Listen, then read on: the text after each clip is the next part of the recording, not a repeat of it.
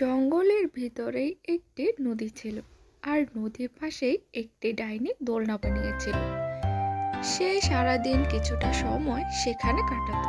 ওইখানে অনেকগুলা পাখি উড়ে যেত এবং সেখানে বসে বিশ্রাম নিত। সেইগুলা দেখে রাক্ষসী ডাইনি মহা খুশি হয়ে যেত।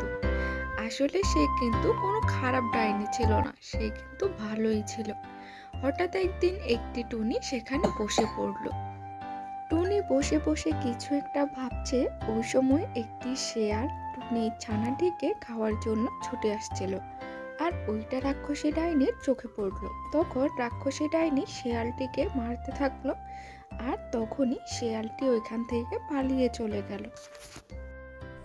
কে তুমি? তুমি আমাকে বাঁচিয়েছো, তোমাকে অনেক ধন্যবাদ। এরপর টুনি ছানাটি তার বাসায় ফিরে গেল। তার বাসায় ফিরে গিয়ে সে তার মাকে সব কথা খুলে বলল।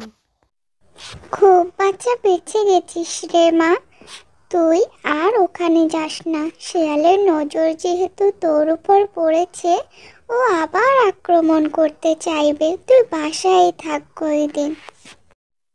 এই তুমি কি বলছো মা? আমার সব সাথীরা যে ওখানে খেলা করে, আমি একা একা বাসার মধ্যে কিভাবে থাকবো? ওই শেয়ালের হাত থেকে বাঁচতে হলে তোকে এটাই করতে হবে মা। তুই বাসার মধ্যেই থাকিস, আমি তোর জন্য সময় মতো খাবার জোগাড় করে নিয়ে আসবো। টুনির কথা মতো তার ছানা কিছুদিন বাসায় থাকতে লাগলো।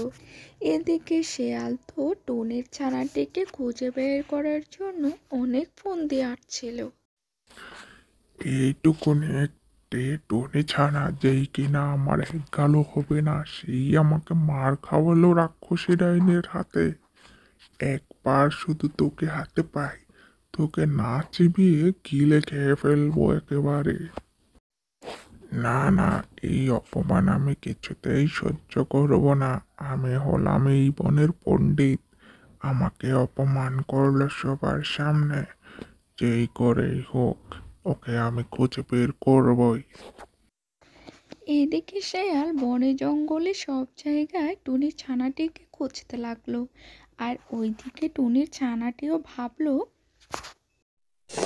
অনেকদিন আমার বান্ধবীদের সাথে দেখা করি না, যাই আজকে একটু ওদের সাথে খেলে গিয়ে।